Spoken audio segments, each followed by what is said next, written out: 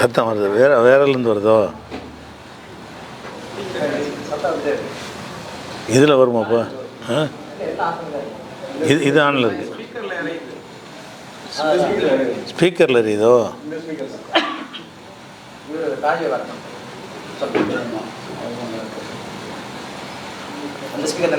அப்படியா?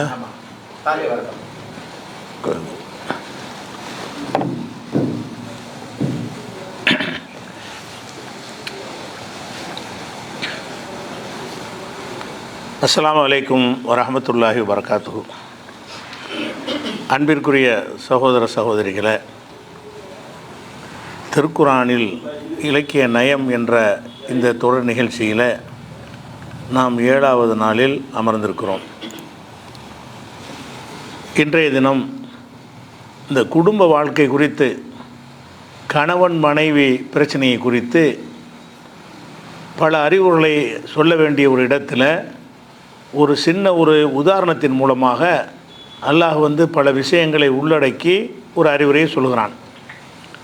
இதுவும் நேரடி அர்த்தத்தில் சொல்லப்படாத இலக்கியமாக சொல்லப்பட்ட ஒரு வசனம். என்ன சொல்லுதுன்னு கேட்டால்,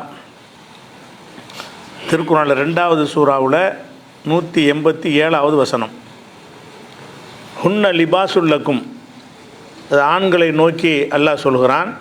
ஹுன்ன உங்கள் மனைவிமார்கள், லிபாசுல்லக்கும் உங்களுக்கு ஆடையாக இருக்கிறார்கள், அன்தும் நீங்கள் லிபாசுன் லஹுன்ன அவர்களுக்கு ஆடையாக இருக்கிறீர்கள். அவங்க உங்களுக்கு ஆடை, நீங்கள் அவங்களுக்கு ஆடை அப்படிங்கிற வார்த்தையை எல்லாம் பயன்படுத்துகிறான். கணவன் மனைவி விஷயத்தை சொல்லும் பொழுது, கணவன் என்பவன் மனைவிக்கு ஆடையை போல் ஆடையாக இருக்க வேண்டும், மனைவி என்பவள் கணவனுக்கு ஆடையாக இருக்க வேண்டும்னு இருக்கிறது. இதுக்கு நேரடி அர்த்தம் செய்ய முடியுமா? கணவன் எடுத்து ஆடையாக ஒரு பெண் அணிந்து கொள்ள முடியுமா? ஒரு பெண்ணை பிடிச்சி ஒரு ஆண் ஆடையை போல் அணிந்து கொள்ள முடியுமான்னா முடியும். அணிஞ்சால் தான் ஆடை. ஆடைன்னு எப்போ சொல்ல முடியும்னா அணிந்து கொண்டால் தான் ஆடை. அப்போ ஒரு ஆண் ஒரு பெண்ணை ஆடையாக அணிய முடியாது, ஒரு பெண்ணு ஒரு ஆணை ஆடையை அணிய முடியாது.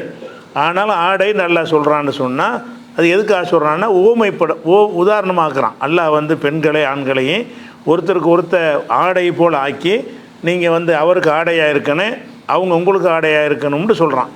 அப்போ இதில் என்னென்ன அடங்கி இருக்கிறது என்று கேட்டால், பொதுவாக ஆடை என்பது, ஆடையுடைய தன்மையெல்லாம் நம்ம சிந்திக்கணும், சிந்தனைக்கு வேலை கொடுக்கு. நேரடியாக சொன்னால், இதை விவரித்து சொன்னால் இதுக்கு ஒரு 10 வசனம் தேவைப்படும். ஆடைன்ற ஒரு விஷயத்துக்குள்ளே அடங்கி நீங்கள் சிந்திச்சுக்கிற விட்டுட்டிங்கன்னு சொன்னால் வார்த்தை சுருக்கமாயிரும், கருத்தை நம்ம சிந்தித்து விளங்கிடுவோம். அப்போ ஆடையுடைய தன்மை என்னன்னு கேட்டால், குளிரிலிருந்து எல்லாம் நம்மளை காப்பாற்றக்கூடியது. குளிர் நேரத்தில் அந்த ஆடை இருந்தால் தான் நம்ம குளிரிலிருந்து காப்பாற்றக்கூடிய ஒரு தன்மை இருக்கிறது. அதே மாதிரி ஆடை என்பது நம்முடைய மானத்தை மறைக்கிறதா இருக்கிறது. ஆடை அணிந்தால்தான், ஆடை இல்லா மனிதன் அரை மனிதன்பாங்க. அப்போ ஆடை இருந்தால் தான் ஒரு மனிதன் முழு மனிதனாக ஆகுகிறான். அப்போ அந்த ஆடை என்பது மனிதனுடைய மானத்தை மறைக்கிறதா இருக்கிறது. அப்போ நீங்கள் பெண்கள் ஆண்கள் எப்படி, கணவன் மனைவி எப்படி இருக்கணும்னு கேட்டால், அவங்களுடைய குளிரை ஒரு ஆடை காப்பாற்றுவது போல், கணவனுக்கு பிரச்சனைகள் வரும்போது, கஷ்டங்கள் வரும்போது, துன்பங்கள் வரும்போது மனைவியானவர்கள் என்ன செய்யணும்னு கேட்டால், ஒரு ஆடையை போல் நின்று அந்த துன்பத்தை தாங்கி பிடிக்கணும், ஆறுதல் சொல்லணும், பக்கபலமாக இருக்கணும். இவ்வளவு கருத்தையும் உள்ளடக்கக்கூடியதாக அது இருக்கிறது. அதே மாதிரி பெண்களுக்கு ஏதாவது ஒரு கவலை, துன்பம், கஷ்டம், பலவிதமான சோதனைகள், நோய் நொடி எது வந்தாலும் சரி, அதெல்லாம் எப்படி இருக்கணும்னு கேட்டால், ஒரு ஆடை எப்படி நமக்கு வரக்கூடிய கஷ்டத்தை பனியிலிருந்தும் குளிரிலிருந்தும் நம்மை காப்பாற்றுகிறதோ அந்த மாதிரி என்ன செய்யணும்னு கேட்டால், நீங்கள் ஒருத்தர் காப்பாற்றுறவங்களாக இருக்கணும். அப்படிங்கையில் அப்போ கணவனுக்கு ஏதாவது, மனைவிக்கு ஏதாவது பிரச்சனை இருக்கும் என்று சொன்னால், இவன் அந்த பிரச்சனையை தாங்கக்கூடியவனாக இருக்கணும். அவனை வெறும் ஆறுதல் மட்டும் சொல்லக்கூடாது, அந்த கஷ்டத்தை சுமக்கக்கூடியவனாக, அந்த கஷ்டத்தை தீர்க்கக்கூடியவனாக, அந்த கஷ்டத்தை போக்குவதற்கு பாடுபடக்கூடியவனாக இருக்கணும் என்று சொல்வதன் மூலமாக அது ஒரு அர்த்தம் இதில் உள்ளடங்கி இருக்குது. சின்ன ஒரு உதாரணம் தான். ஹுன்ன லிபாசுல்லக்கும் வான்தும் லிபாசுல்லஹுன்ன. இதை நேரடியான அர்த்தத்தில் உழவு சொன்னால் தான் நேரடியாக சொல்ல முடியும். அது மாத்திரம் இல்லாமல், குடும்ப வாழ்க்கையில் அவங்க 2 பேரும் சேர்ந்து இருக்கக்கூடிய நேரத்தில் கணவன் மனைவிட்ட ஏராளமான குறைகளை பார்க்குவான், மனைவி கணவன்கிட்ட நிறைய குறைகளை பார்ப்பான். ஏன்னு கேட்டால், வெளியில் மனிதன் நடிச்சிடலாம், குடும்பத்தில் 4 புறம் நடிக்க முடியாதுல்ல. அவன் யாருங்கிறது அவன் மனைவி கரெக்டாக தெரிஞ்சு போயிடும், இவ கேரக்டர் என்னங்கிறது அவனுக்கு தெரிஞ்சு போயிடும். எல்லா 24 மணி நேரம் ஒன்றா பார்த்துக்கிட்டு இருக்கும் பொழுது 24 மணி நடிக்க முடியும், சில நிமிடங்கள் நடிச்சுட்டு போயிடலாம். கணவன் மனைவிக்கு மாற்றுறது இருந்தாங்கன்னு சொன்னால் கண்டிப்பாக எந்த மனைவியும் கணவனிடத்தில் பல குறைகளை பார்ப்பாள். பல குறைகளை கண்டிப்பாக அவன்கிட்ட இருக்கும். அது மறைச்சி இருந்தால் கூட அவளை தெரிஞ்சிருவா எப்படி இருந்தாலும். அது மாதிரி மனைவிட்ட பல குறைகள் இருந்தாலும் அதை ஒரு நாள் 2 நாளைக்கு மறைக்கலாமே தவிர காலமெல்லாம் ஒன்றா சேர்ந்துருக்கும் பொழுது அந்த குறைகள் பல விஷயங்களில் குறைகள் அவனுக்கு தென்படும். அப்போ அந்த தென்படும் போது என்ன செய்வாங்கன்னு கேட்டால், ஒரு ஆடை மானத்தை காப்பாற்றலை, அந்த மாதிரி என்ன செய்யணும்னா மனைவிடத்தில் நீங்கள் குறை கண்டீர்கள் என்று சொன்னால் அதை வெளியில் அம்பலப்படுத்தி அவளை அவமானப்படுத்தி அவளை அசிங்கப்படுத்துகிற வேலையை நீங்கள் செய்யக்கூடாது. அது மாதிரி கணவன்கிட்ட சில குறைகளை மனைவி கண்டாலேயானால் அவள் ஒரு ஆடை எப்படி மானத்தை காக்கிறதோ அந்த மாதிரி காப்பாற்றுறவளாக இருக்கணும் என்று சொல்லி குடும்ப வாழ்க்கையில் நீங்கள் ஆடை இந்த ஒரு வார்த்தையை மனசில் வச்சுக்கிட்டா 2 பேரும் ஒழுங்காக நடந்துருவாங்க. அல்லாஹ் நம்மளை ஆடை என்று சொல்லியிருக்கிறான். ஒரு பெண்ணும் சரி ஒரு ஆணும் சரி குடும்ப வாழ்க்கையில் அவங்க சந்திக்கிற குறைகள்னால தான் பிரச்சனை வருது. ஒருத்தட்ட சில குறைகளை காண்றதுனால தான் விவாகரத்து பல பிரச்சனைகள் பஞ்சாயத்துகள்லாம் ஏற்படுகிறது. அந்த குறைகள் வரும்போது என்ன செய்யணும்னு கேட்டால், தீர்க்க முடியாத குறைகளாக இருந்தால் அது பிரிஞ்சு போகிற உரிமையை கொடுத்துருக்குது, அது வேறு விஷயம். தீர்க்கிற குறைய பிரச்சனையாக இருக்கும் என்று சொன்னால் அதை நமக்குள்ளே வச்சுக்கிற வேண்டியதான். அந்த குறைபாடுகளை நமக்குள்ளே வச்சுக்கிறணுமே தவிர அதை வெளியில் சொல்லி என் மனைவி அப்படி என் புருஷன் இப்படி அப்படின்னு போய் வெளியில் போய் சொன்னாங்கன்னு சொன்னால் அவங்க ஆடையாக இருக்கவில்லை. அல்லாஹ் ஆடையாக இருங்கள் என்று கட்டளை எடுக்கிறான். இவங்க ஆடையாக இருக்கவில்லை. ரசூலுல்லாஹ் கூட சொன்னாங்க, ஒரு மனைவி தப்பு செஞ்சு கண்டிக்கிறதா இருந்தால் கூட ஒலா தஹஜுர் இல்லா ஃபில் பைத், வீட்டுக்குள்ளே வைத்தே தவிர அவளை நீ கண்டிக்கக்கூடாது. இப்போ 4 பேர் நிற்கிற சபையில் கொண்டு நிப்பாட்டி இவன் என்ன செய்கிறா தெரியுமா அப்படி எல்லாம் என்ன செய்கிறாங்கன்னா அமைஞ்சிடறாங்க. குடும்ப வாழ்க்கையில் மனைவிட்டு சில தவறுகளை காணும் பொழுது கணவன்மார்கள் அப்படி பொது இடத்துல வைத்து மனைவியை அவமானப்படுத்திடுறாங்க. மனைவியும் பொது இடத்துல வச்சு இவன் அப்படி செய்கிறான் இப்படி செய்கிறான்ற மாதிரி சொல்லக்கூடிய ஒரு தன்மையெல்லாம் இருக்கிறது. எதனால என்று கேட்டால், இந்த குடும்ப வாழ்க்கைங்கிறது ஒருத்தருக்கு ஒருத்தர் ஆடையாக இருக்க வேண்டும் என்று அல்லாஹ் கட்டளை இடுகிறான்.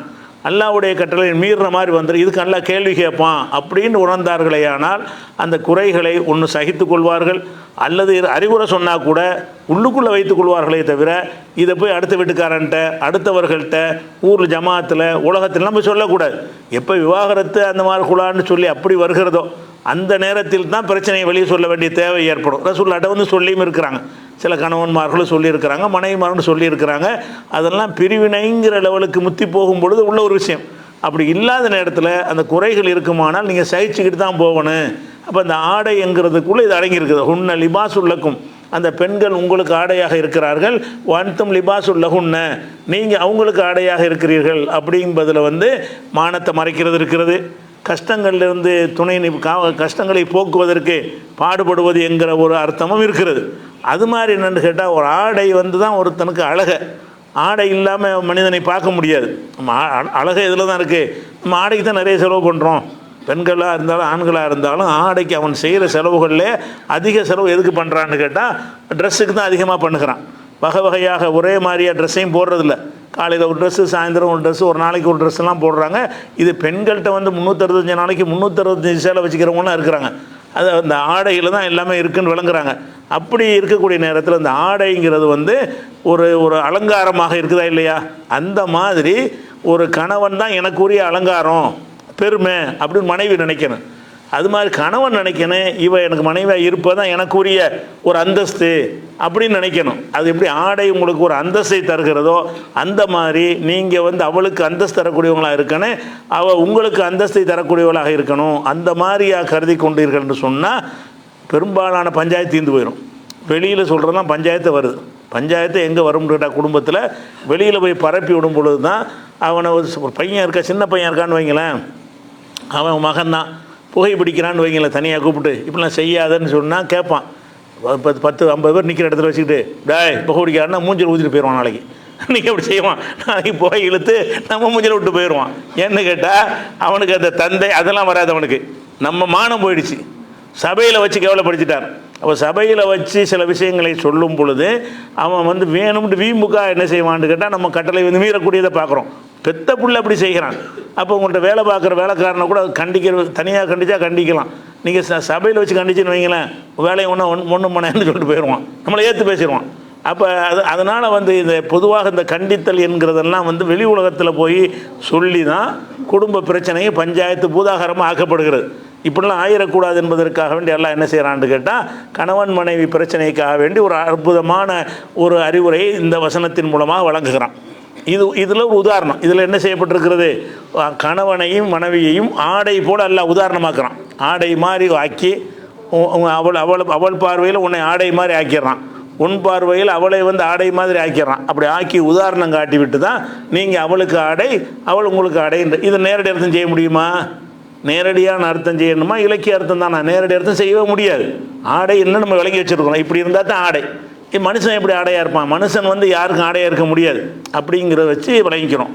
இது ஒரு வகை. அதே மாதிரி இதே குடும்ப வாழ்க்கைக்கு இன்னொரு விஷயம் இருக்குது. என்னென்னு கேட்டால் 2வது அத்தியாயத்தில் 223வது விஷயம். குடும்ப வாழ்க்கையில் இது அவங்களுக்குள்ள பழக்க வழக்கங்கள், உணவு விஷயங்கள், பண்பாடு, அது சம்மந்தப்பட்ட விஷயம் இந்த ஆடைங்கிற விஷயம்.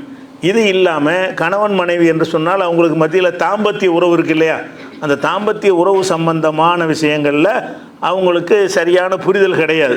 இதை உடைச்சியும் சொல்ல முடியாது. தாம்பத்திய விஷயத்தை சொல்லும் பொழுது இப்படி நடக்கணும்னு என்ன செய்ய முடியாது, அதை பச்சையாக சொல்ல மாட்டாங்க. யாருமே என்ன மூடலாக தான் சொல்லுவாங்க. அதை சொல்ல முடியாது. அது இறை வேதத்தில் அப்படி சொல்ல முடியுமா? அல்லாஹ்வுடைய வேதத்தில் அப்படி சொல்ல முடியாது. அதனால் அல்லாஹ் என்ன செய்கிறான்னு கேட்டால் கணவன் மனைவியுடைய இல் வாழ்க்கையை பற்றி சொல்லும் பொழுது ஒரு வரியில் என்ன செஞ்சிடறான்டா, ஒத்த சொல்லில் பல அர்த்தங்களை உள்ளடக்கி அற்புதமான முறையில் அல்லாஹ் அதை உதாரணமாக்குகிறான். எப்படி ஆக்குறான்னு கேட்டால் நிசாவுக்கும் உங்களுடைய மனைவிமார்கள், ஹர்சுன்லக்கும் உங்களுடைய விளைநிலங்கள். கணவன்மார்களுக்கு அல்லாஹ் சொல்கிறான் உங்கள் மனைவிமார்கள் உங்களுக்கு விளைநிலங்கள் அப்படின்னு இதில் ஆரம்பிக்கிறான். அடுத்து என்னென்னு கேட்டால் ஃபத்து ஹர்சக்கும் உங்களுடைய விளைநிலங்களுக்கு நீங்கள் செல்லலாம், அன்னாசேத்தும் நீங்கள் விரும்பியவாறு செல்லலாம். உங்கள் மனைவிமார்கள் உங்களுடைய விளைநிலங்கள், அந்த விளைநிலங்களுக்கு நீங்கள் விரும்பியவாறு செல்லலாம் அப்படின்னு சொல்லி இந்த வசனத்தை ஆரம்பிக்கிறான். 2:223 மனைவி இருந்த விளை நிலம் அவங்க நேரடி அர்த்தமாக. இது மனைவிங்கிறது உயிருள்ள மனுஷன், அவங்கள போய் நிலமாக்க முடியாது. அப்போ நிலம்ங்கிற உதாரணம் எதுக்குன்னு கேட்டால் நிலத்துக்கு தான் ஒரு தன்மை இருக்கிறது. என்ன தன்மை இருக்கிறது? அதோட விதைகளை முளைக்க செய்யக்கூடிய தன்மை நிலத்துக்கு தான் இருக்கிறது. நிலமாக இருந்தால் தான் என்ன செய்ய முடியும், அந்த நம்ம நெல்லை போடுறோம், அது பல்கி பெருகி பெருசாகி நமக்கு பயன் தருதில்ல. அப்போ விளை நிலங்களுக்கு என்ன ஒரு தன்மை இருக்குன்னு கேட்டால் உயிரினங்கள், இந்த தானியங்களை, பயிர் பச்சைகளை, கனிகளை இதையெல்லாம் உற்பத்தி செய்யக்கூடிய ஒரு தன்மை அந்த நிலத்துக்கு எல்லாம் கொடுத்துருக்குறான்.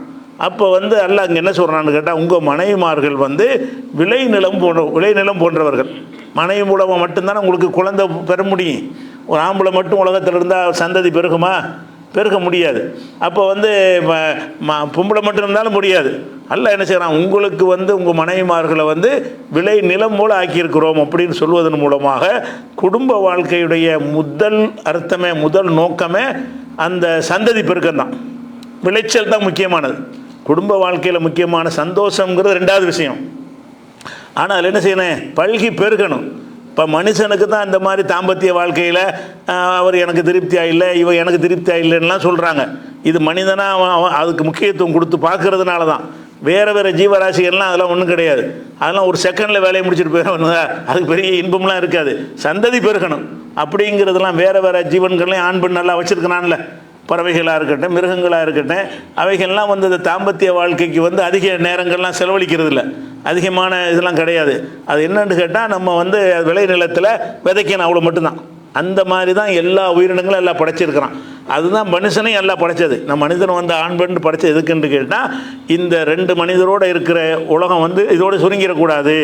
இந்த ஆதம் ஹவ்வாங்கிற இந்த 2 மனிதரில் இருந்து பல கோடிகள் பெருகணும் அப்படிங்கிறதுக்கு தான் எல்லாம் என்ன செய்கிறான்னு கேட்டால் அந்த ஒரு கணவன் மனைவி ஆண் பெண்ணுங்கிறத எல்லாம் படைச்சிருக்கிறான்.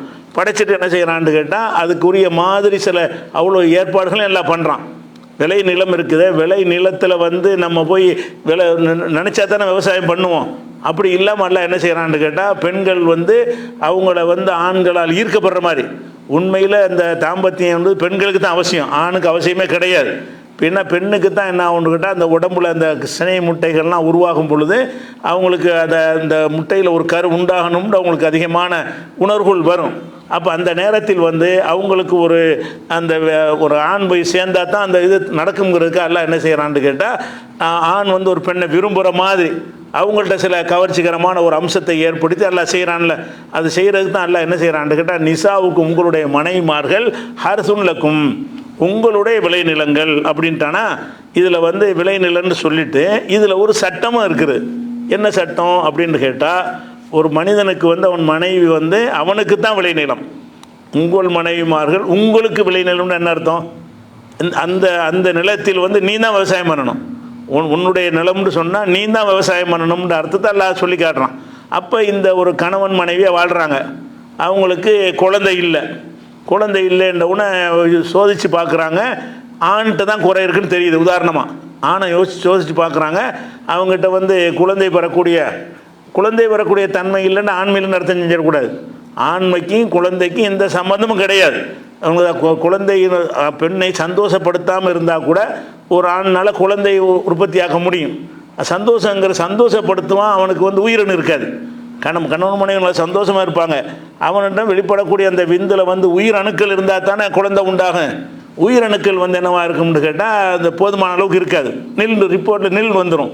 அப்போ அந்த மாதிரி வரும்போது என்ன செய்யறதுன்னு கேட்டால், என் மனைவிக்கு இப்போ குழந்தை இல்லை, அப்போ வந்து எனக்கு குழந்தை வேணும் அப்படின்னு நினச்சா என்ன செய்கிறாங்கன்னு கேட்டால், அந்த செயற்கை முறையில் அந்த விந்து வங்கின்னு வச்சுருப்பாங்க.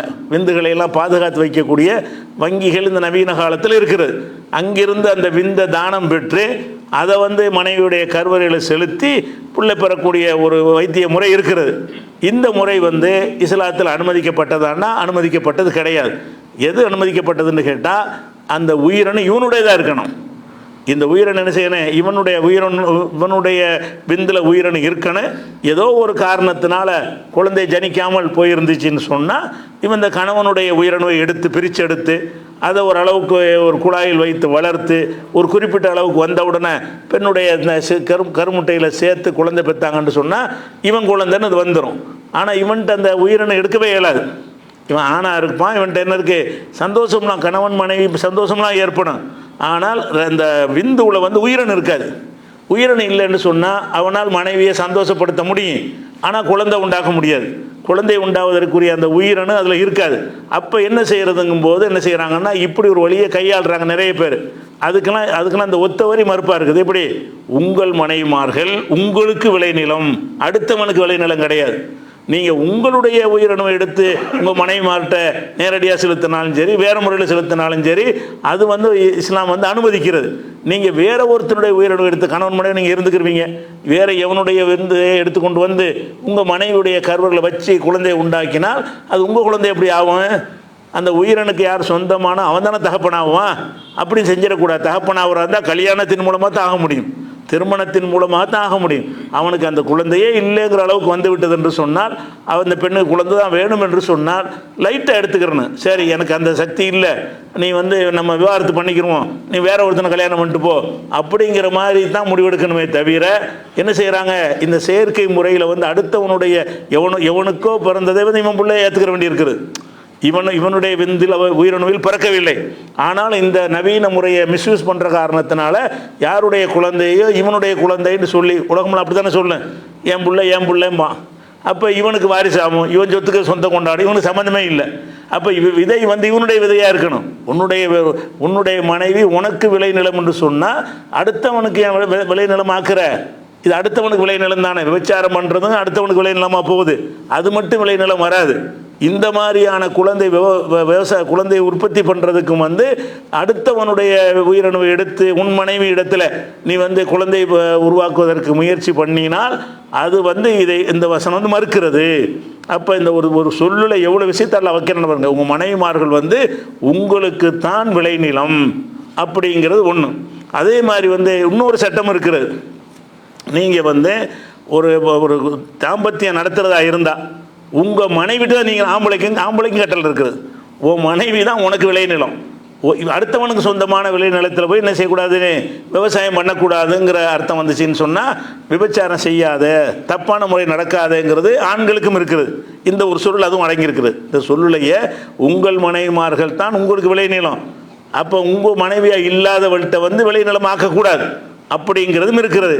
அதே மாதிரி உங்கள் மனைவி வந்து உங்களுக்கு தான் விளைநிலம், அடுத்தவனுக்கு விளைநிலம் ஆகக்கூடாது அப்படிங்கிறதன் மூலமாக தவறான நடத்தைகளில் ஈடுபடுவதையும் தடுக்கிறது.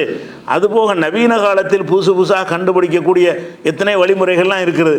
அந்த வழிமுறைகளில் எது இந்த அம்சத்துக்கு மாற்றம் இல்லாமல் இருக்கிறதோ அது மட்டும்தான் நம்ம ஏற்றுக்கிற முடியும். இதுக்கு மாற்றமாக இருந்துச்சுன்னு சொன்னால் அல்லாஹ்வுடைய கட்டளைக்கு உகந்தது அல்ல அப்படிங்கிறது ஒன்று சொல்லிட்டான் அல்லாஹ். அடுத்து அதிலே தொடர்ச்சியாக சொல்கிறான், உங்களுடைய விளைநிலம்னு சொல்லிட்டு ஃபத்து ஹர்சக்கும், உங்களுடைய விளைநிலத்திற்கு நீங்கள் செல்லலாம். அன்னா சேத்தும், விரும்பியவாறு செல்லலாம். கணவன் மனைவி தாம்பத்திய முறைகளில் பல 64 கலை இருக்குன்னு சொல்கிறாங்க.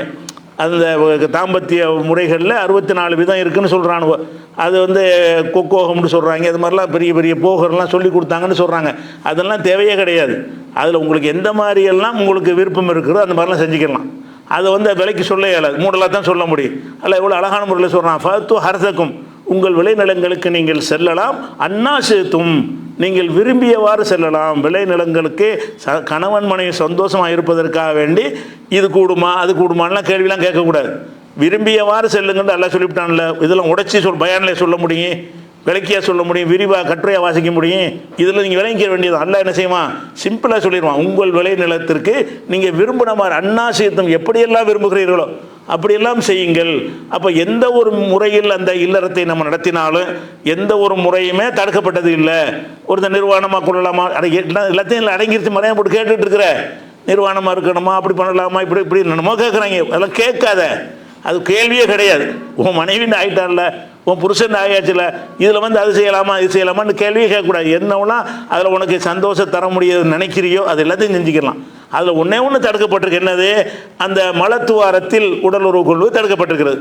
மாதவிடாய் நேரத்தில் அந்த சம்பவம் ரெண்டுக்கு தான் தடை இருக்குது மார்க்கத்தில். கணவன் மனைவி உடல் உறவு விஷயமாக சட்டம் என்னன்னு கேட்டால், மென்சஸ் டயத்தில் என்ன செய்யக்கூடாது, மாதவிடாய் நேரத்தில் மனைவி வீட்டை தாம்பத்தியம் நடத்தக்கூடாது. அது அது அது ஒரு தடை இருக்குது. இன்னொரு தடை என்னன்னு கேட்டால், மலத்துவாரம் இருக்குல்ல, அதில் போயிட்டு உடல் உறவு கொள்ளக்கூடாது, அது ஹராம். அது தெளிவாக ரசூலுல்லாஹ் நினைச்சிட்டாங்க, தடுத்துட்டாங்க. இந்த 2 தடையை கழிச்சிட்டிங்கன்னு சொன்னால் வேறு எதுக்குமே தடை கிடையாது. கணவன் மனைவிக்கு மத்தியில் அது விரிவாக மார்க்கத்தில் சொல்லலை.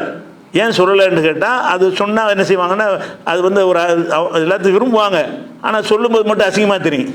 இது சொல்லும்போது மட்டும் என்ன செய்யும், இது அப்படி பச்சை பச்சையாக சொல்கிறார் அப்படிம்பாங்க.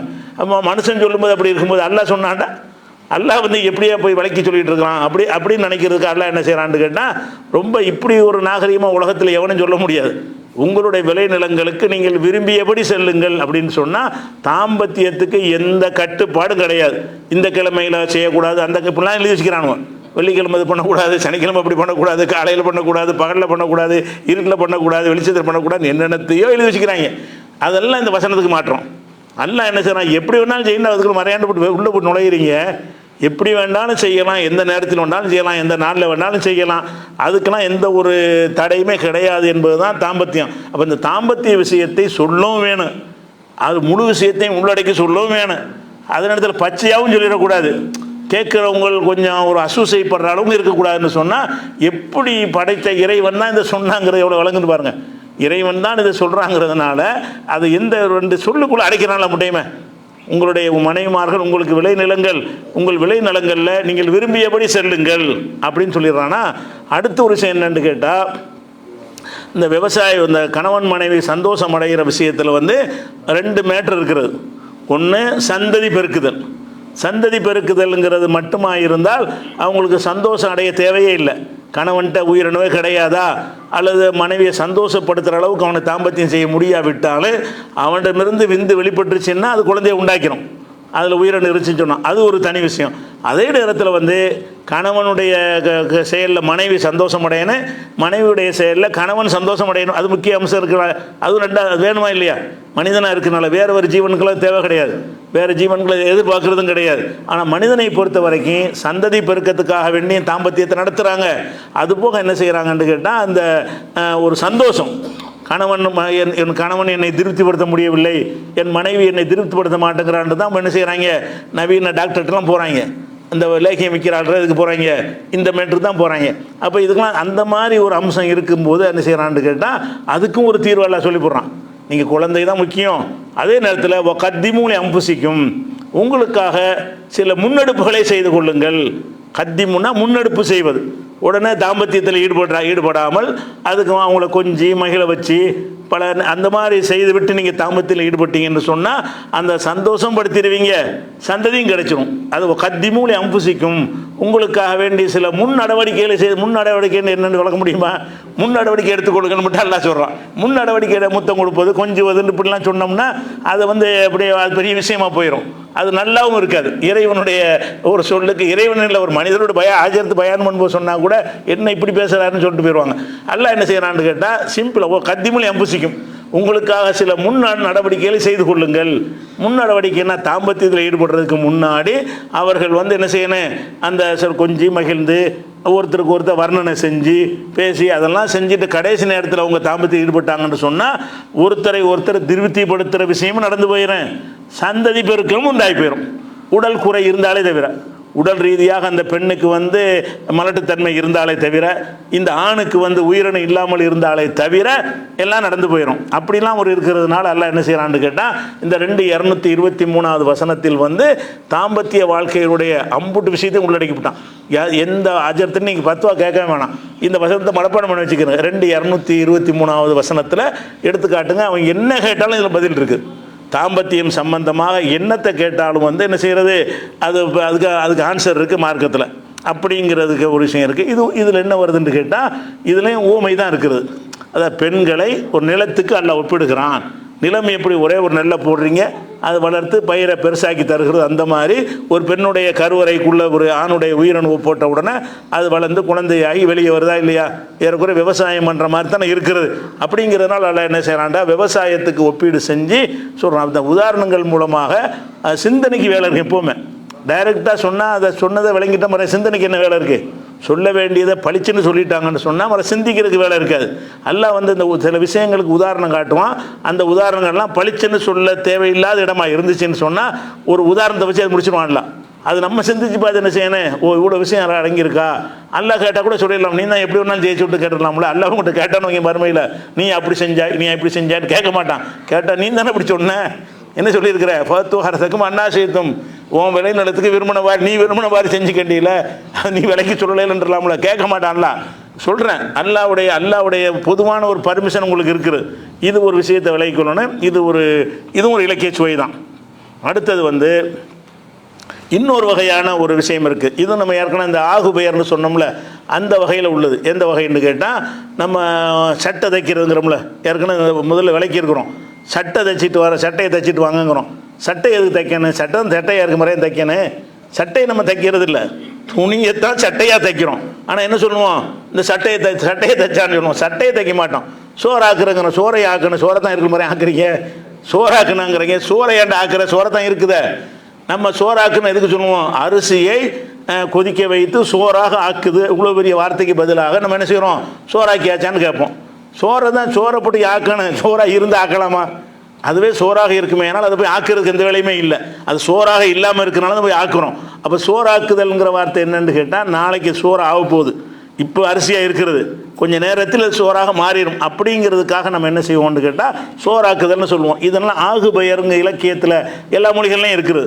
கவிஞர்கள்ட்ட மாத்திரம் இல்லாமல் வெகுஜன மக்கள்கிட்டையும் இருக்குது. கவிஞர்கள் தான் இதை பயன்படுத்துவாங்கன்னு இல்லை. இந்த சோறாக்குறது, சட்டையை தைக்கிறது நீங்கள்லாம் பேச மாட்டீங்களா, இப்படி நம்மளும் தானே பேசுகிறோம். அப்போ நம்மளும் என்ன செய்கிறோம், சோறாக்குறது, ரொட்டி, தோசை தோசை இது பிடிச்சி விட்ற, தோசையை தான் இருக்குது. தோசையை நம்ம சுடுவதில்லை, மாவை தான் என்ன செய்கிறோம், ஊற்றி தோசையை பின்னாடி ஆக்குறோம். பின்னாடி தோசை ஆகுறதுனால நம்ம என்ன செய்கிறோம் கேட்டால், இப்போ தோசைன்னு பேர் தோசை சுடுறதுங்கிறோம். இட்லி அவிக்கிறது, இட்லி எப்படி அவிக்கிற, மாவை தான் நீங்கள் அவிக்கிறீங்க, அது இட்லியாக மாறுகிறது. இப்படிலாம் இருந்தால் கூட நம்ம என்ன பேச்சு பழக்கத்தை எப்படி வச்சுருக்கிறோம், இட்லி அவிப்பது, தோசை சுடுவது, சோறு ஆக்குவது, கஞ்சி காய்ச்சுவது, இப்படின்னு எத்தனை எதாக இருந்தாலும் சரி, அது எல்லாமே என்னவா இருக்கும்னு கேட்டால், நீ இப்போ பிழை இலக்கணப்படி பார்த்தா பிழை.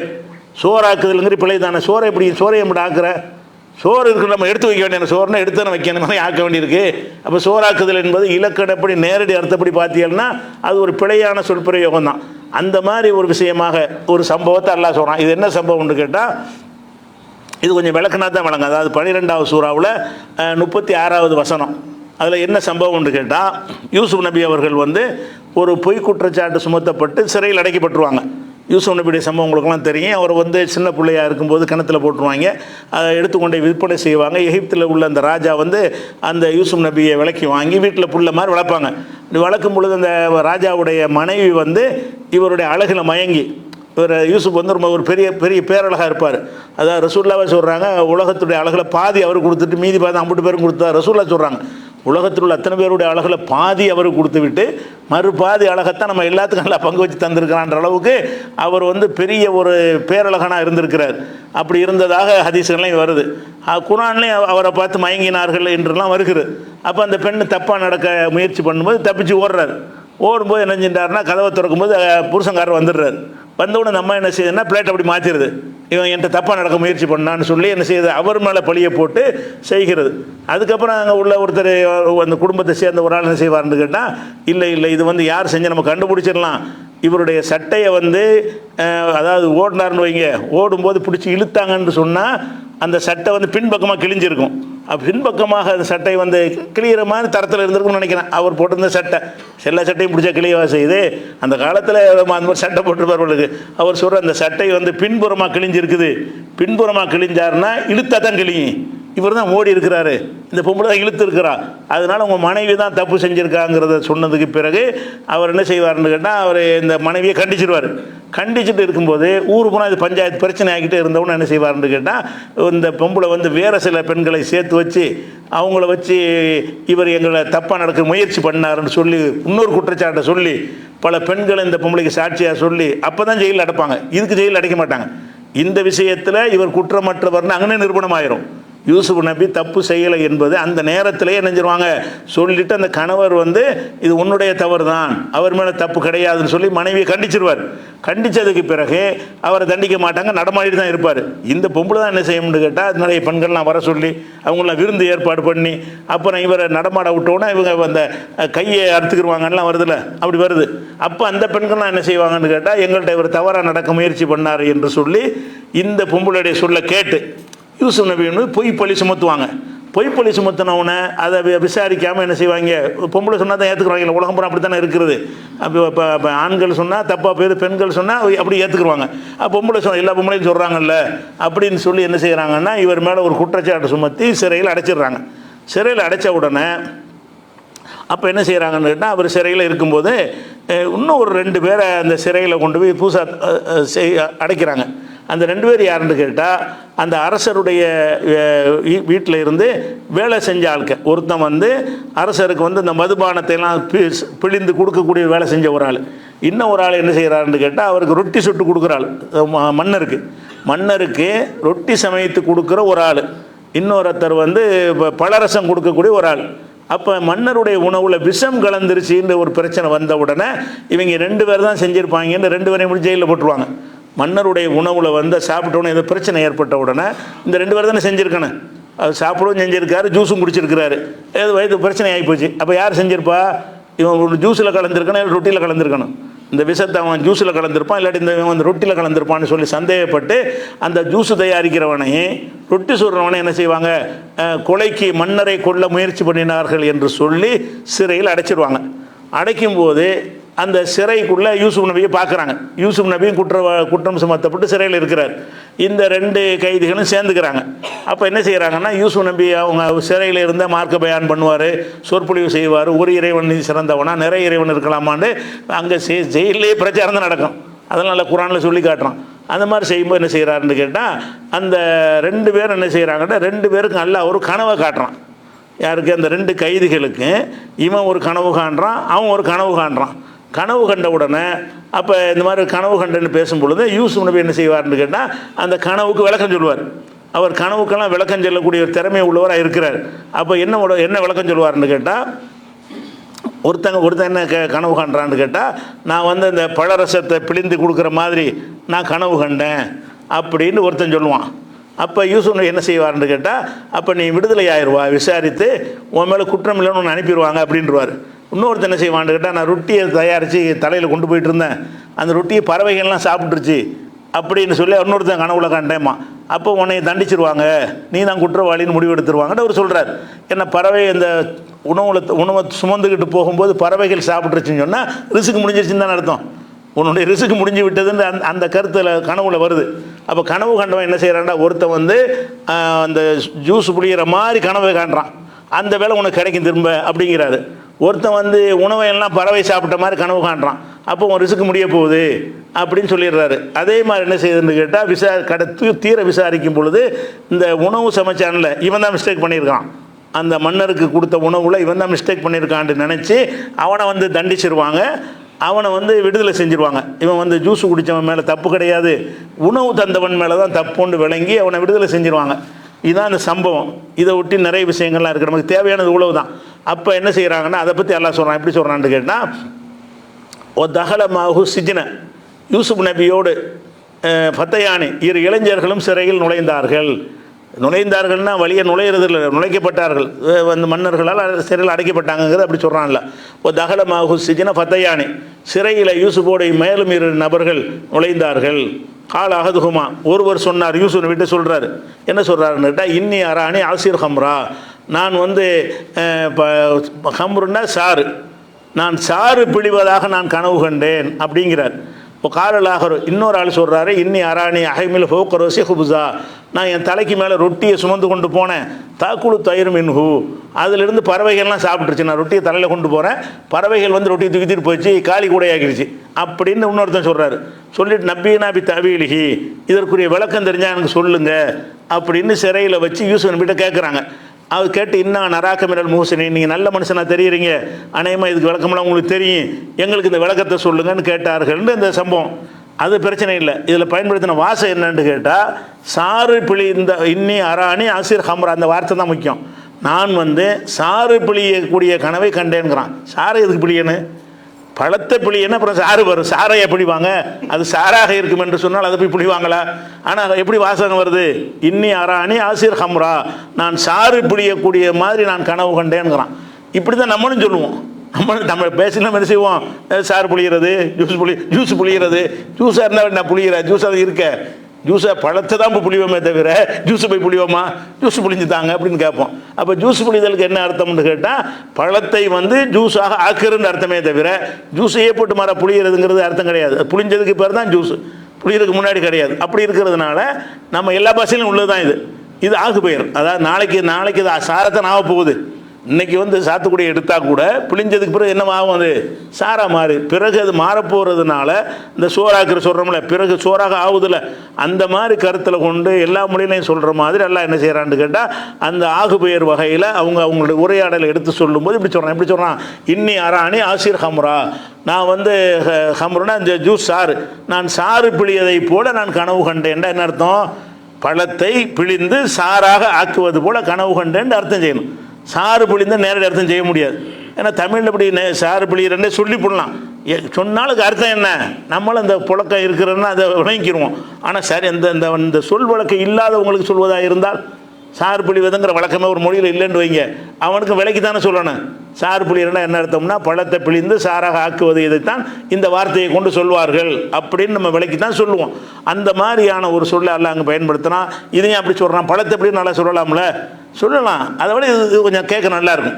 இந்த இலக்கியமாக சொல்லும்போது என்ன செய்யும், அது ஒரு ருசிகரமாக இருக்க போய் தான் நம்ம கூட என்ன செய்கிறோம், இந்த மாதிரி சொற்களை வந்து இலக்கணத்துக்கு மாற்றமாக இருந்தால் கூட கேட்க நல்லா இருக்குன்னு நம்மளும் பயன்படுத்துகிறோம்ல.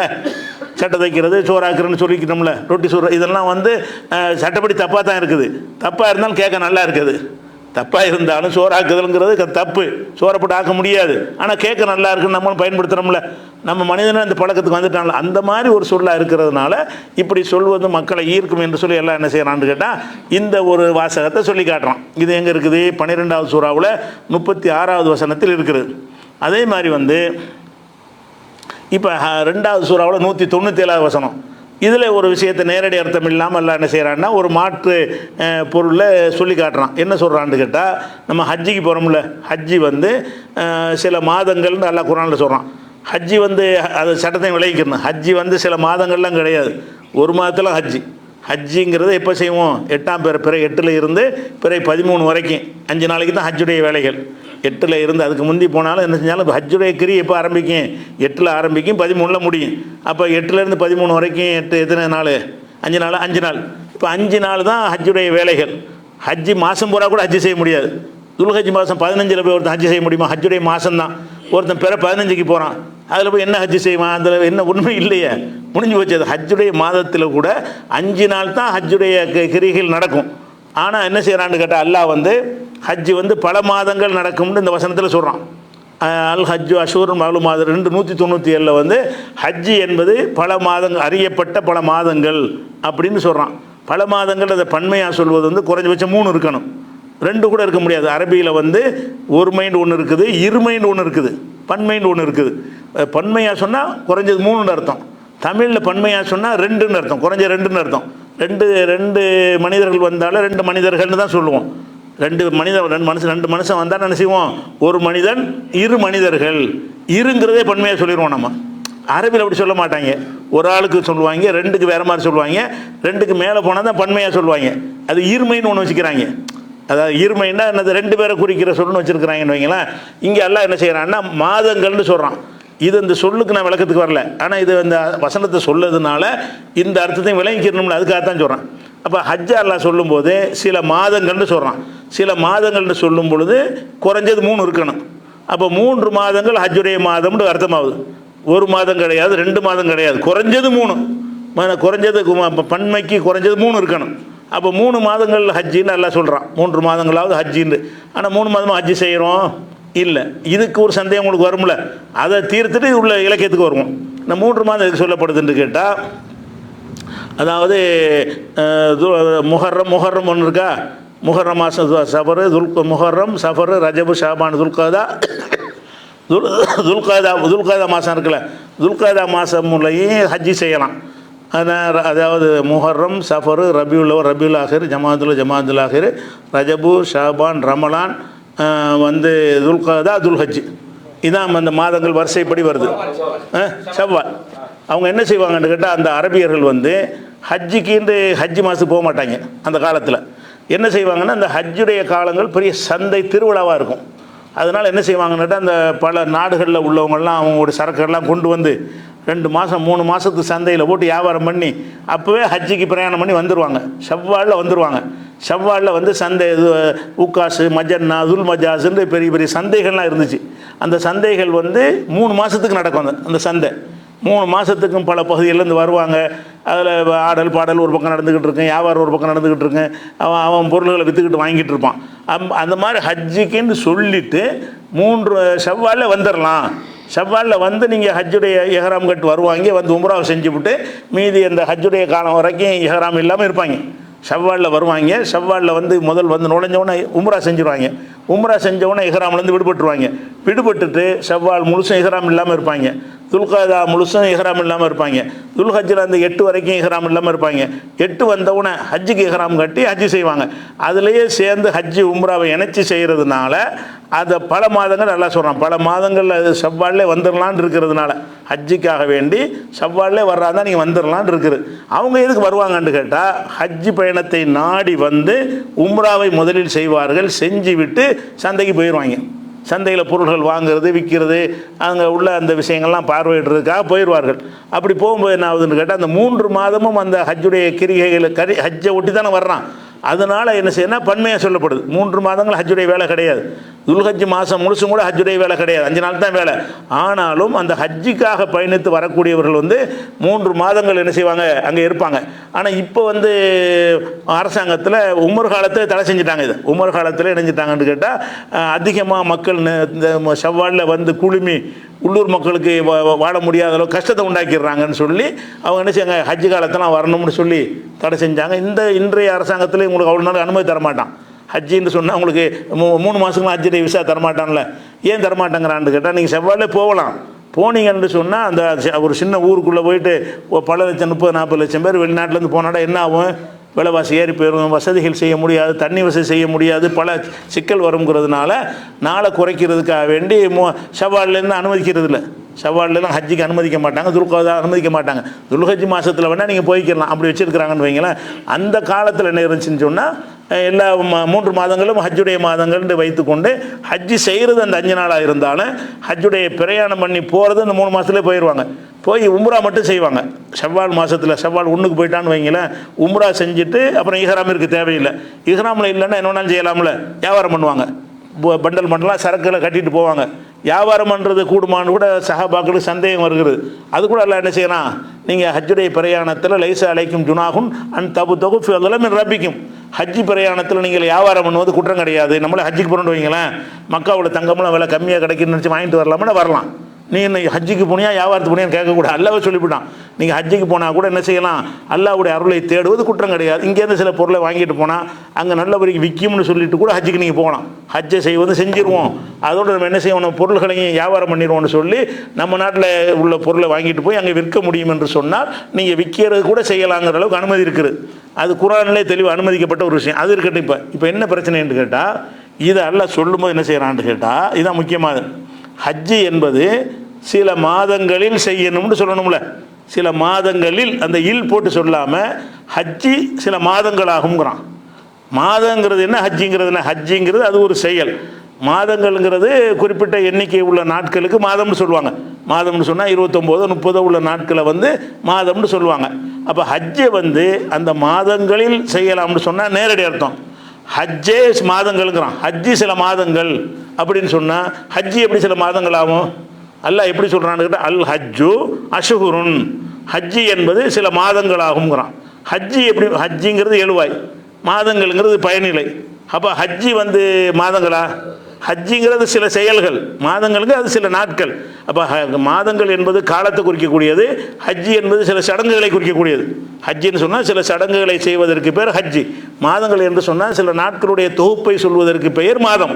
அல்லாஹ் என்ன சொல்கிறான்னு கேட்டால், அல் ஹஜ்ஜு, ஹஜ்ஜி என்பது அஷ்ஹுருன், சில மாதங்கள். ஹஜ்ஜி சில மாதங்கள்ங்கிறான்.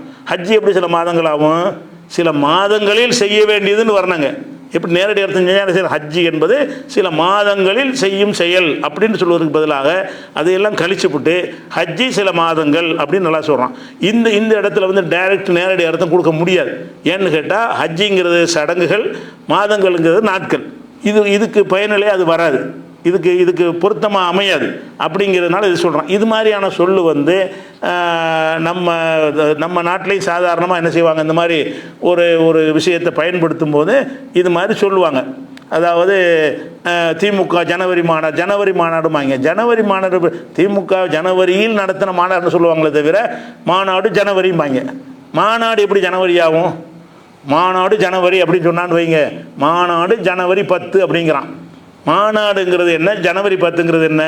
மாநாடுங்கிறது மக்கள் திரள்வதுன்னு அர்த்தம். ஜனவரி 10ங்கிறது ஒரு காலண்டரில் உள்ள டேட். அது இதுக்கு பயனிலையாக அதை சொல்ல முடியாது.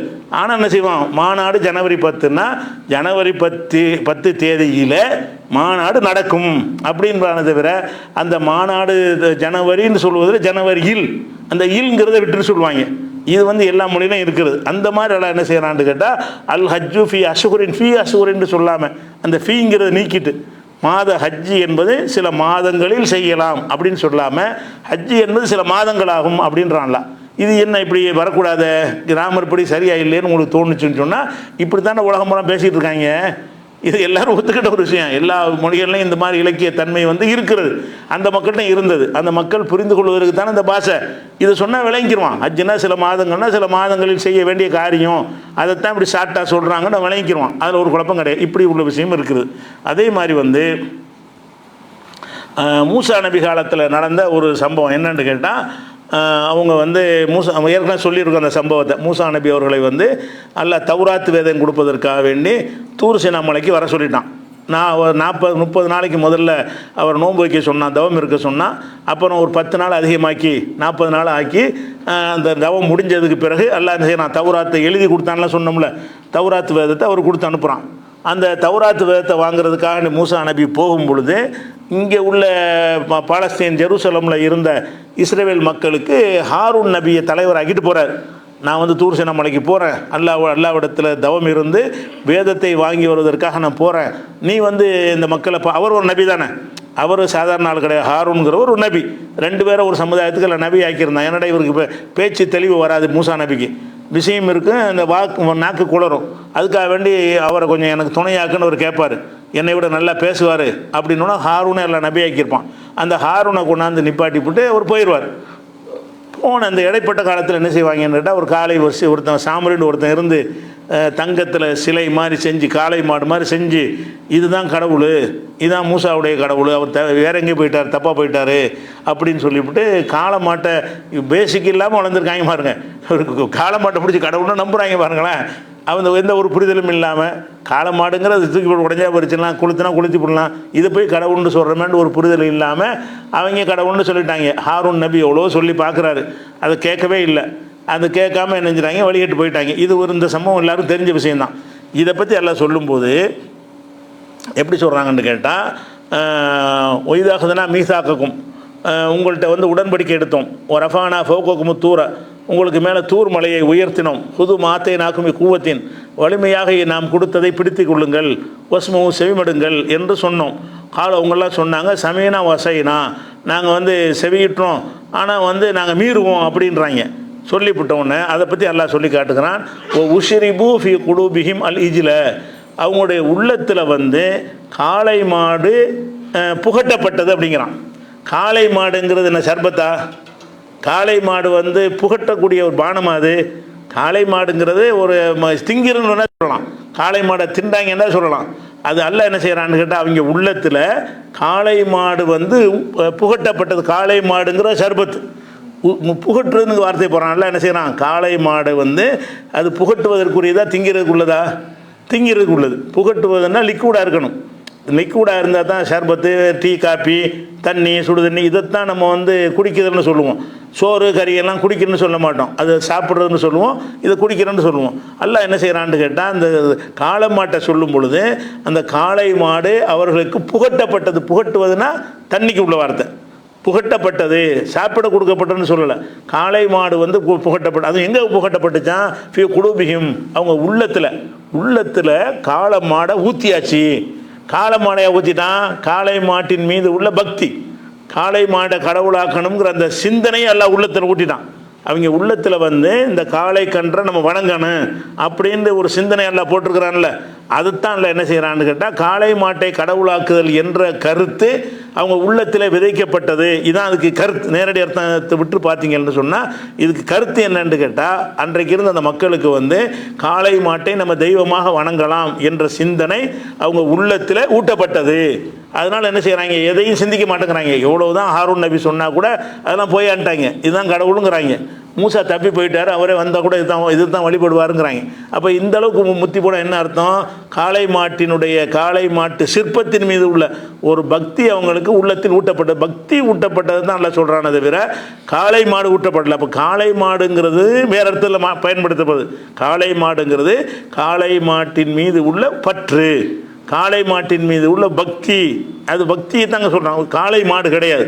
காளை மாட்டின் மீது உள்ள பக்தி அவர்கள் ஊட்டப்பட்டதுங்கிறான். ஒன்று அந்த பக்தியை என்னவாக்குறான்னு கேட்டால் ஒரு பானம் மாதிரி எல்லாம் ஆக்குறான். அந்த பக்தியை என்ன செய்கிறது, சர்பத்து மாதிரி ஆக்கி அவங்க குடித்தவொன்னே என்ன செய்கிறாங்க, அதன் மாதிரி ரியாக்ட் பண்ணுறாங்கன்ற மாதிரி எல்லாம் சொல்கிறான். எப்படி சொல்கிறாங்க, உஷரிபு, அவர்கள் புகட்டப்பட்டார்கள் ஃபி குலூபிஹிம், அவங்களுடைய உள்ளத்தில் புகட்ட முடியுமா? புகட்டுவது வாயில் தானே போட்ட முடியும். சர்பத்தை குடித்தா கூட சர்பத்தை உள்ளத்தில் கொண்டு ஊற்ற முடியுமா? உள்ளத்தில்ங்கிறான்ல. உசிரிபு, அவர்கள் புகட்டப்பட்டார்கள் ஃபி குலூபிஹிம், அவங்களுடைய உள்ளங்களிலே புகட்டப்பட்டார்கள். அல்ல இதில் காளை மாடை புகட்டப்பட்டார்கள். அப்போ உள்ளத்தில் காளை மாட்டின் மீது ஒரு பக்தி புகட்டப்பட்டது. காளை மாட்டை கடவுளாக வணங்க வேண்டும் என்ற ஒரு சிந்தனை அவங்க உள்ளத்தில் புகட்டப்பட்டு இருந்தது அப்படிங்கிறது. அவங்க மனசெல்லாம் காளை மாட்டுடைய பக்தி தான் இருந்ததுங்கிறத சொல்கிறதுக்கு பதிலாக அதை ஒரு பானமாக கற்பனை பண்ணி அதை குடிக்கிற மாதிரி ஆக்கி அது உள்ளத்தில் ஊற்றின மாதிரி ஆக்கி கல்பை திறந்துக்கிட்டு என்ன ஊற்றியாச்சு, அதை உள்ளத்தில் அந்த காளை மாடுங்கிற சர்பத்தை ஊற்றினா எப்படி இருக்குமோ அந்த மாதிரி நினச்சிட்டாங்க. அப்படி மாறி போயிட்டாங்க, குடித்த மாதிரி மாறி போயிட்டாங்க அப்படின்னு ஒரு ஓமை வடிவத்தில் ஒரு இலக்கியமாக எல்லாம் சொல்லி காட்டுறான். அதில் இந்த வாசகம் வந்து நேர இடத்தையும் செய்ய முடியாது. ஏன்னாட்டா காளை மாட்டை வந்து அவங்களுக்கு புகட்டுற ஜாமானும் இல்லை. அது புகட்டுவது குடிக்கிறதுலாம் வாயில் தான் குடிப்பாங்களே தவிர கல்பில் போய் என்ன செய்ய மாட்டாங்க. கல்புங்கிற ஒரு சிந்திக்கிற தன்மைக்கு பேர் தானே, அதில் கொண்டு போயிட்டு காளை மாட்டெல்லாம் ஊற்ற முடியாது. அப்போ இதில் என்ன அர்த்தம்னு கேட்டால், அந்த கல்புண்டு வந்த வார்த்தையினால் அது புகட்டப்பட்டார்கள் என்பதற்கு அந்த அர்த்தம் கொடுக்க மாட்டோம். அதை உள்ளத்திலேன்னு வந்த காரணத்தினால காளை மாடுக்கு காளை மாடுங்கிற அர்த்தம் கொடுக்க மாட்டோம். இதுக்கு என்னென்ன அர்த்தம் செய்வோம்? காளை மாட்டின் மேல் உள்ள பக்தி அவர்கள் உள்ளத்தில் ஊட்டப்பட்டது. அது எந்த மாதிரி இருக்குது என்று கேட்டால், அல்ல எப்படி கற்பனை பண்ணி அதை சொல்கிறான்னு கேட்டால், காளை மாட்டு பக்தியை ஒரு சர்பத்துன்னு வச்சுக்கிறோங்க. இந்த சர்பத்தை அவங்க உள்ளத்தில் ஊற்றியாச்சு. உள்ளத்தில் சர்பத்தை ஊற்றினா உள்ளத்தில் உள்ளதான வெளிப்படும். அப்படிங்கிற மாதிரி ஒரு கற்பனை செஞ்சு என்ன செய்யறான் அல்லாஹ் வந்து அதுக்கு தகுந்த மாதிரி வாசகத்தை போட்டு அதை ஒரு இலக்கியமாக சொல்லக்கூடியதை பார்க்குறோம். இது ஒரு விஷயம்.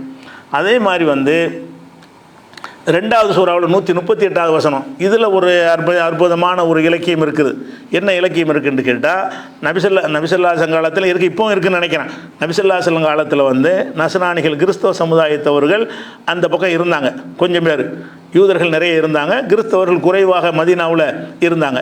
அவங்க என்ன செய்வாங்கன்னா, கிறிஸ்தவர்கள் வந்து அவங்க மதத்தை ஒருத்தன் தழுவ வந்தான்னு சொன்னால் மஞ்ச சாயத்தை இப்போ செய்கிறாங்களான்னு தெரியலை, ஆனால் ரசூலுல்லாஹ் காலத்தில் இருந்துச்சு. மஞ்சள் தண்ணியை கரைச்சி வைத்து கொண்டு அதில் அவனை முக்கி எடுப்பாங்க. எடுத்தவனை இப்போ தான் அவன் நஸ்ரானி நஸ்ரானியன் ஹக்கா, இப்போ தான் அவன் நஸ்ரானி ஆகிட்டான் அப்படிம்பாங்க. ஒருவன் வந்து அந்த மதத்தை தழுவுவதாக இருந்தால் அந்த மஞ்சள் சாயத்தில் முக்கியவன் எடுப்பாங்க. நம்ம இஸ்லாத்தில் வருவதற்கு சாயமெல்லாம் கிடையாதுண்ணே, கொள்கை ஏற்றுக்கிறது தானே. ஒரு இஸ்லாத்தில் வர்றாருந்தா நம்ம சேப்பு சாயத்தை பூசி அனுப்புகிறோம், லா இலாஹ இல்லல்லாஹ் சொல்கிறோம், முஹம்மது ரசூலுல்லாஹ்ங்கிறோம். இஸ்லாத்தில் வருவதற்கு நம்ம சொல்லக்கூடியது வந்து கலிமா, கொள்கை. அவங்க சொன்னது என்னன்னு கேட்டால், அந்த மதத்தில் சேர்வதாக இருந்தால் அந்த தண்ணியில் முங்கி எந்திரி, அது ஞான ஸ்நானம்னு அதுக்கு பேர். அந்த இப்போ எப்படி செய்கிறாங்கன்னு எனக்கு தெரியல, இப்போ என்ன கேள்வி கேட்டக்கூடாது, இப்போ உள்ள நடைமுறை எனக்கு தெரியல. ஆனால் ரசூலுல்லாஹ்வுடைய காலத்தில் இப்படி இருந்ததுங்கிற ஆதாரம் இருக்குது. ரசூலுல்லாஹ்வுடைய காலத்தில் மஞ்சள் தண்ணீரில் அவனை ஊற்றி குளிப்பாட்டி, இது மஞ்சள் தண்ணியில் குடிச்சிட்டான்ல, இப்போ கிறிஸ்டின் ஆகிவிட்டான், அல்லான சார நஸ்ரானியன் ஹக்கா, இப்போ தான் மெய்யான நஸ்ரானி ஆகிட்டார்னு சொல்லிட்டு இருந்தாங்க. அப்படி சொல்லிட்டு என்ன செய்கிறாங்கன்னு கேட்டால், நம்ம இஸ்லாத்துக்கு வர்றதுக்கு அந்த சாயம்லாம் இல்லையில, நம்மள்ட்ட வந்து கேட்குறாங்க, உங்களுக்கு சாயம் எங்கே? நாங்கள் அந்த நஸ்ரானி ஆகிட்டு பார்த்தீங்களா, மஞ்சள் கலரு, எல்லாம் மஞ்சளாக போயிட்டோம்ல, நீங்கள் முஸ்லீம் ஆகிறதுக்கு என்ன பண்ணுறீங்க அப்படின்னு கேட்குறான். அப்போ நீங்கள் வந்து சாயம் போட மாட்டேங்கிறீங்களே அப்படிங்கிறது கேட்கும் பொழுது தான் அவங்களுக்கு பதில் சொல்வதற்கு இந்த வசனம் அருளப்படுது. அவங்க என்ன, அதாவது அவங்க சாயம் போடுறாங்களாம், அவங்க மதத்தில் சேருவதற்கு கலர் தண்ணியில் முக்கி எடுக்கிறாங்களாம். உங்களுக்கு எங்கே கலர் தண்ணின்னு கேட்குறாங்க. நீங்கள் இஸ்லாத்தை தழுவுறதுக்கு ஏதாவது கலர் தண்ணி கொடுக்க மாட்டேங்கிறீங்க. அவன் அதே மாதிரி தான் இருக்கிறான். இஸ்லாத்தை ஏற்பதற்கு முன்னாடி எப்படி இருந்தானோ இஸ்லாத்தை ஏற்ற பிறகு அப்படி தான் இருக்கிறான் அப்படின்னு சொல்கிறது கேட்குறாங்க. அதுக்கு அல்லா என்ன செய்கிறான்னு கேட்டால், சிபுகத்தல்லா, இது அல்லா சாயம் பூசிட்டான போட கொள்கை சாயம். அல்லா என்ன செய்கிறான் அதுக்கு பதில் சொல்கிறான், சிபுகத்தல்லா, இது அல்லாஹ் ஏற்றிய சாயம். அல்லாஹ் ஏற்றிய சாயம்னா உள்ளத்தில் இருந்த கருத்தை புதைக்கிறது. நீ மனுஷன் ஏற்றின சாயம் தான் முக்கியம் எடுக்கணும். ஒமன் அஹ்சனு மினல்லாஹி சிபுகா, அல்லாஹ்விட எவன்டா அழகா சாயம் போட்டுருவான். சாயம் மூட்டுவது அல்லாஹ்விட எவனுக்கு சாயம் பூச முடியுங்கிற இந்த சாயத்துக்கு என்ன அர்த்தம்னு கேட்டால், நீங்கள் வந்து தண்ணியில் முக்கி மதத்துக்கு மாற்றுறீங்க. நாங்கள் என்ன செய்வோம்னா, அந்த குழு லா இலாஹ இல்லல்லாஹ்ங்கிற சாயத்தை ஊற்றுவோம், உள்ளத்தில் முஹம்மது ரசூலுல்லாஹ்னு ஊற்றுவோம். அல்லாஹ் ஊற்றின சாயம் அதான்டா. இதை விட எப்படி சாயம் ஏற்றுறது? அப்போ கல்புல கொண்டே சாயத்தை ஏற்றுறது தான் சரியானது, தவிர உடம்புல ஏற்றுறது எப்படி ஒரு கொள்கை ஏற்றுக்கிறதாகும்? கொள்கைங்கிறத உள்ளம் சார்ந்த விஷயம் தானே, ட்ரெஸ்ஸு சார்ந்த விஷயமா? போய்கிட்டு இருக்கான் ஒருத்தன், மதத்தை ஏற்றுக்கிறாமல் இருப்பான், மஞ்சள் தண்ணி ஊற்றினா கிறிஸ்தவன் ஆயிடுவானா? நம்பினா தானங்க ஆகுவான். அதை நம்புறது எங்கே இருக்குது? உள்ளத்திலான இருக்கிறது. அப்போ நீங்கள் ஒரு மதத்தில் சேருவதாக இருந்தால் உள்ளத்தில் ஏற்படுகிற மாற்றத்தை தான் அது நீங்கள் வழிமுறை ஆக்கணுமே தவிர, உடலில் சில அடையாளங்களை போட்ட உடனே இதான் மதத்தில் சேர்ந்து விட்டார்னா நீங்களோட பைத்தியக்காரத்தனம் பண்ணுறீங்க, எங்கிட்ட கேட்குறீங்கிற நல்லா கேட்குறான். நீங்கள் தான் பைத்தியக்காரத்தனம் பண்ணுறீங்க. நாங்கள் சொல்லி கொள்கை, இஸ்லாத்தை ஒருவன் ஏற்றுக்கொள்வது என்பது ஒரு கொள்கைக்கு வந்துட்டான்னு அர்த்தம். கொள்கைக்கு வருவது எப்படி வருவது? இங்கே வரணும். கொள்கைக்கு வருவதாக இருந்தால் நம்முடைய கல்புல அந்த கருத்து நுழையணும். வணக்கத்துக்குரியவன் அல்லாஹ்வை தவிர யாரும் இல்லைங்கிற உள்ள நுழையணும். முகமது நபி அல்லாஹ்வுடைய தூதர் என்ற கருத்து உள்ளத்தில் நுழையணும். உள்ளத்தில் நுழைந்தால் உள்ளத்தில் சாயம் ஏற்றியாச்சு. நீ வந்து உடம்புல சாயம் ஏற்றிக்கிட்டு இருக்கிற, நாங்கள் கல்புல சாயம் ஏற்றுறோம்.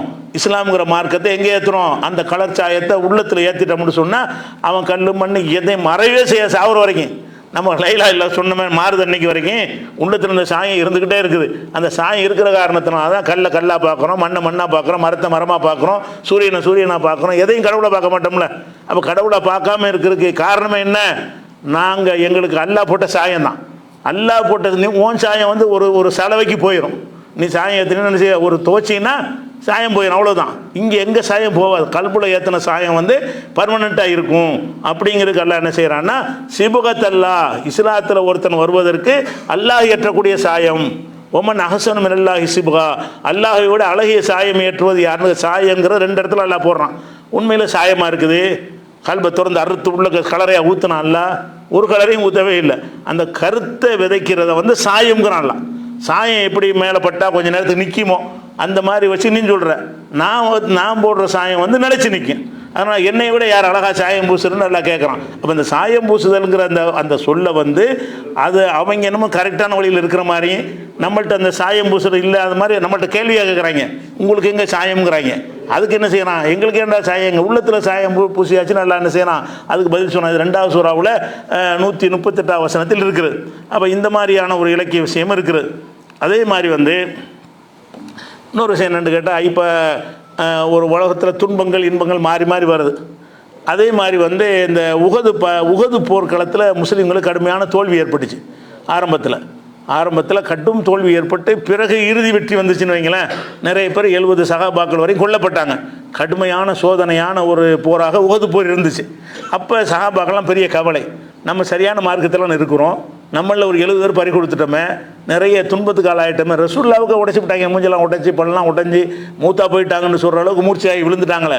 அல்லாஹ்வுடைய ரசூலுக்கே வந்து காயம் ஏற்படுற அளவுக்கு அந்த உஹது போருடைய தாக்கம் இருந்தது. அப்போ என்ன செய்கிறாங்கன்னு மக்கள்லாம் வந்துக்கிட்டு, என்னடா இது நம்ம சரியான பாதையில் இருக்கிறோம், நமக்கு வந்திருக்குதே, இது எப்படி நமக்கு வர்றது, நம்ம சரியாக இல்லாட்டி நமக்கு எது தப்பு இருக்குமோ, நமக்கு எது தோல்வி வந்துச்சுன்னு சந்தேகம் வரும்ல. நம்ம இஸ்லாத்தில் இருந்தால் வெற்றி தான் கிடைக்கணும்னு அவங்க நினச்சிக்கிட்டு இருக்கிறாங்க. அதுக்கு மாற்றமாக இந்த சம்பவம் இருக்குது. அதை பற்றி என்ன செய்யறான்? அல்லாஹ் பதில் சொல்கிறான். என்ன சொல்கிறான்னு கேட்டால், டேய் இன்னைக்கு வந்து உனக்கு துன்பம் ஏற்பட்டுச்சா? பத்ர் போரில் என்ன நடந்துச்சு? அவனுக்கு வந்துச்சுல. அல்லாஹ் என்ன கேட்குறான்? அடே பத்ர் போரில் வந்து அவர்களுக்கு ஒரு துன்பம் ஏற்பட்டது, உஹது போரில் உனக்கு ஏற்பட்டிருக்கிறது. நீங்கள் நல்லவர்கள் தான் வெற்றி பெறுவார்கள்னு அமைக்கவே இல்லை. தில்கல் ஐயாமுன்னு தாவில்ஹா பைனனாஸ், இந்த காலச்சக்கரத்தை மக்கள் மத்தியில் மாறி மாறி நம்ம சொல்லலை விடுவோம். அல்லாஹ் என்ன செய்யறான்? நீங்கள் நல்லவங்களாக இருந்தால் ஜெயிச்சுட்டு இருப்பீன்னு கிடையாது. நல்லவனும் தோப்பீங்க, கெட்டவனும் ஜெயிப்பான். அங்கே தான் முழு வெற்றி, உண்மையான வெற்றி மறுமையில் தானே தவிர இந்த அப்போ ரசூலுல்லாஹ் போட்ட எல்லா பொருளையும் ஜெயிச்சாங்களா? இல்லை. ஹவாஸினோட சண்டை நடந்த அந்த ஹுனைன் போர்லையும் கடுமையான சேதங்கள் ஏற்பட்டுச்சு. சில போர்களில் சேதங்களும் ஏற்பட்டுச்சு, சில போர்களில் வெற்றியும் பெற்றிருக்கிறார்கள். அப்போ நல்லவர்கள்னா ஜெயிச்சு தான் ஆவாங்க. இன்னைக்கு பாலஸ்தீன் மக்கள் பக்கம் நியாயம் இருந்துச்சு. அவங்க எவ்வளோ சோதனைகள் துன்பங்கள் கஷ்டத்தை அனுபவிச்சாங்க. அதெல்லாம் இந்த உலகத்தில் வெற்றிக்கு எந்த கேரண்டியும் கிடையாது. அதை சொல்வதற்கெல்லாம் என்ன செய்யறான்னு கேட்டால், இந்த காலம் இருக்குல்ல, காலத்தை வந்து ஒரு சக்கரை மாதிரி எல்லாம் கற்பனை பண்ணுறான். ஒரு சக்கரம் இருக்குது, அந்த சக்கரை சுற்றி விட்றீங்க, சுற்றி விட என்ன செய்யும்? கீழே உள்ளது மேலே போகும், மேலே உள்ளது கீழே வரும். இப்படி ஒரே மாதிரியா இருக்காதுல்ல. சக்கரம் சுத்தாத சக்கரமாக இருந்தால் மேலே உள்ளது மேலேயே இருக்கும், கீழே உள்ளது கீழேயே இருக்கும். சுற்றுற சக்கரமாக இருந்தால் சைக்கிளை வந்து பெடலை ஸ்டாண்டு போட்டு சுற்றி விட்டேன்னு வைங்க, அது என்ன செய்யும்? மேலே உள்ளது கீழே, கீழே உள்ளது மேலே, கீழே உள்ளது மேலே சுற்றிகிட்டே இருக்குமா இல்லையா? அப்போ அல்லாஹ் என்ன செய்கிறான்னா, இந்த காலச்சக்கரத்தை நாம் மக்கள் மத்தியில் சுழல விடுவோம். மேலே உள்ளவன் கீழே போவான், கீழே உள்ளவன் மேலே வருவான். எதுவும் ஒரு பக்கம் உயர்ந்து நிற்காது. உயர்ந்ததுக்கு தாழ்ந்து போகும், தாழ்ந்தது உயர்ந்து போகும். அப்படி தான் இந்த உலகத்தில் அமைச்சிருக்கு. இந்த உலகத்தில் வந்து உள்ள ரிசல்ட்டை வைத்து நல்லவன் கெட்டவனை தீர்மானிக்க முடியாது, நல்லவங்களாம் ஜெயிப்பாங்கன்னு சொல்ல முடியாது. ஜெயிக்கிறன்னு அங்கே தான் அப்படின்னு காட்டுவதற்கு எல்லாம் என்ன செய்யறான்? இந்த வசனத்தில் வந்து இது எங்கே இருக்குன்னா 3வது சூறாவில் 140வது வசனத்தில் இருக்கிறது. தில்கல் ஐயாம், இந்த காலச்சக்கரத்தை நுதாவிலுகா பைனன்னாஸ், மக்கள் மத்தியில் நம்ம சுழல விடுகிறோங்கிறான். அப்போ காலம் இந்த சக்கரமா? காலங்கிறது சக்கரமா? அது காலம் வந்து கண்ணுக்கு தெரியாத ஒரு விஷயம். அதெல்லாம் என்ன செய்யறான்னா, ஒரு சைக்கிள் சக்கரம் மாதிரி, வண்டி சக்கரம் மாதிரி கற்பனை பண்ணி அதை சுழல விட்டால் தான் உனக்கு புரியும். இப்போ சக்கரத்தை சொல்லும்போது தான், வாமா சக்கரம் சுற்றினா இது மேலே போமா, இது கீழே போகும்போது விளங்குமா இல்லையா? நீ கீழே மேலே போகிறது கண்டுபிடிக்கிறதுக்கு அல்ல என்ன செய்யறான்னா, காலச்சக்கரத்தை ஒரு நாட்களை வந்து காலச்சக்கரம்னு ஒரு கம்பேர் பண்ணி ஒரு உதாரணமாக்கி விட்டு உங்களுக்கு சொல்கிறான். இப்போ விலைக்கு போயிருதில்ல, இந்த சக்கரம் சுத்துற மாதிரி தான் உலக வாழ்க்கையா? பணக்காரன் ஏழையாக போவான், ஏழையாக உள்ள பணக்காரனை போவான், நல்லவன் கெட்டவனா போவான், கெட்டவனெல்லாம் எல்லாம் வந்துடுதுல, அதெல்லாம் அடங்குற மாதிரி சொல்கிறான். இதில் ஒரு பெரிய இலக்கியம் இருக்குது. இன்னும் ஏராளமான இலக்கியங்கள் இன்ஷா அல்லாஹ் நம்ம அடுத்தது நாளில் பார்க்கலாம். ஒரு நிமிஷம் கூடி வச்சோ. சரி.